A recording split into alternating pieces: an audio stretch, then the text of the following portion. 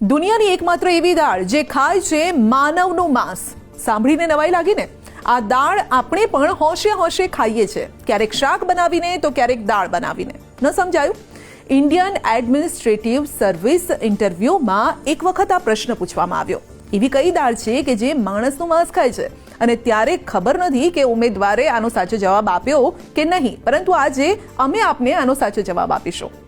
તો આનો જવાબ છે લીલા મગની દાળ, જેને માનવનું માંસ ખાતી દાળ કહેવામાં આવે છે. આનો અર્થ એ નથી કે આ દાળ ખરેખર માંસ ખાય છે.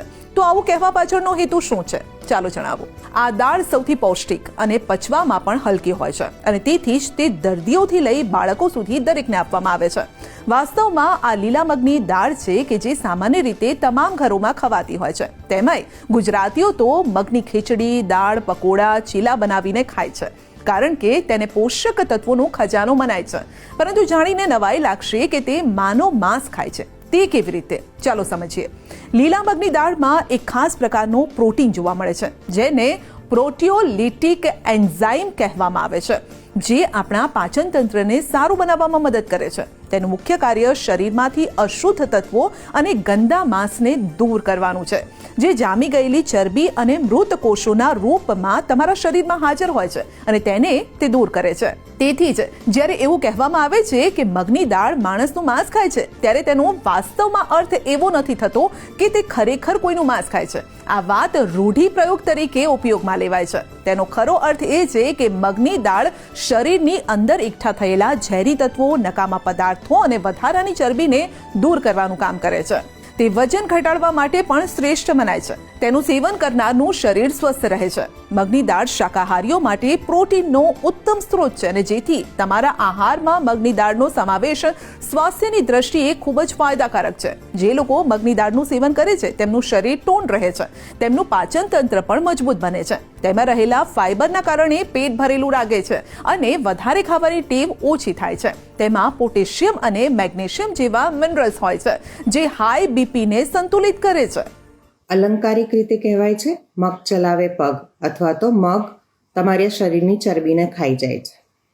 તમારી શરીરની ચરબી એવી છે કે જે ઓગળી શકે, અને એ ઓગળી શકે તો એનું માધ્યમ માત્ર ને માત્ર તમારા ખાવામાં રેસાનું પ્રમાણ વધારે હોય તો જ ઓગળે. હવે આ રેસા સૌથી વધારે કોઈ જ વસ્તુમાં મળતા હોય તો એ મગમાં છે, અથવા તો મગની દાળમાં છે. હવે મગ ખાવાથી તમને આટલો બધો ફાયદો કેમ થાય? કારણ કે એમાં ખૂબ જ માત્રામાં મિનરલ્સ, વિટામિન્સ અને ફાઇબર્સ આવેલું છે, જે ફાઇબર તમારા આંતરડાને એવું બળ આપે છે કે એ કોઈ પણ પ્રકારની ચરબીને ઓગાળવામાં ઝડપથી મદદ કરી શકે. થોડાક જ દિવસ જો તમે સળંગ મગ અને રોટલી અથવા તો મગ અને કોઈ પણ બીજું અનાજ સાથે ખાઓ છો તો તમારું વજન તરત ઉતરવા લાગશે, અને એ સ્વાસ્થ્યની દ્રષ્ટિએ ખરાબ કર્યા વગર, હાનિ કર્યા વગર ઉતરશે. તો હવે એ પણ જાણી લો કે મગ ખાવાના શું ફાયદા છે. દ્રષ્ટિ તેજ બનાવે છે, આંખોના સ્વાસ્થ્ય માટે પણ ઉત્તમ છે, ત્વચાના રંગમાં સુધાર લાવે છે, તાવ, શરદી, ખાંસીમાં રાહત આપે છે, શારીરિક શક્તિ પ્રદાન કરે છે, કફ અને પિત્તને સંતુલિત કરે છે, રોગ પ્રતિકારક શક્તિ વધારે છે, કોલેસ્ટ્રોલને ઘટાડવામાં મદદરૂપ છે, લીવરને સ્વસ્થ રાખે છે, અને ડાયાબિટીસના દર્દીઓ માટે પણ ઉત્તમ છે. ફોલેટનો ઉત્તમ આ સ્ત્રોત છે.